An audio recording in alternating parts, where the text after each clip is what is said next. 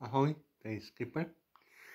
Moje dnešní video bude opět o modelech a bude to o tomhle kamionu Super Kings.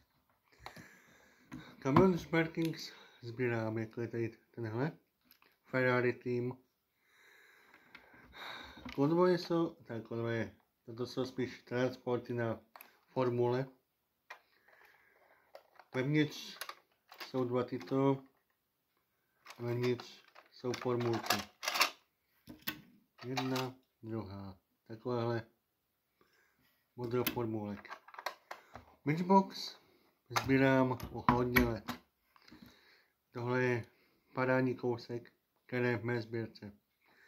Lesnej nebo Matchbox Englandu, ty vyrobili hodně kusů Matchboxu. Matchbox se prodává dodnes. Jsou novější, už nejsou takové, sice jsou pěkný, ale myslím, že kvalita nejlepší je ta starší než ta novější. Ale mi to jedno, já sbírám nový, starý, jakýkoliv.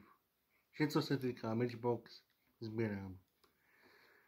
Tento kousek je pěkný kus a v mé sbírce se vyjímá dobře. I formulky.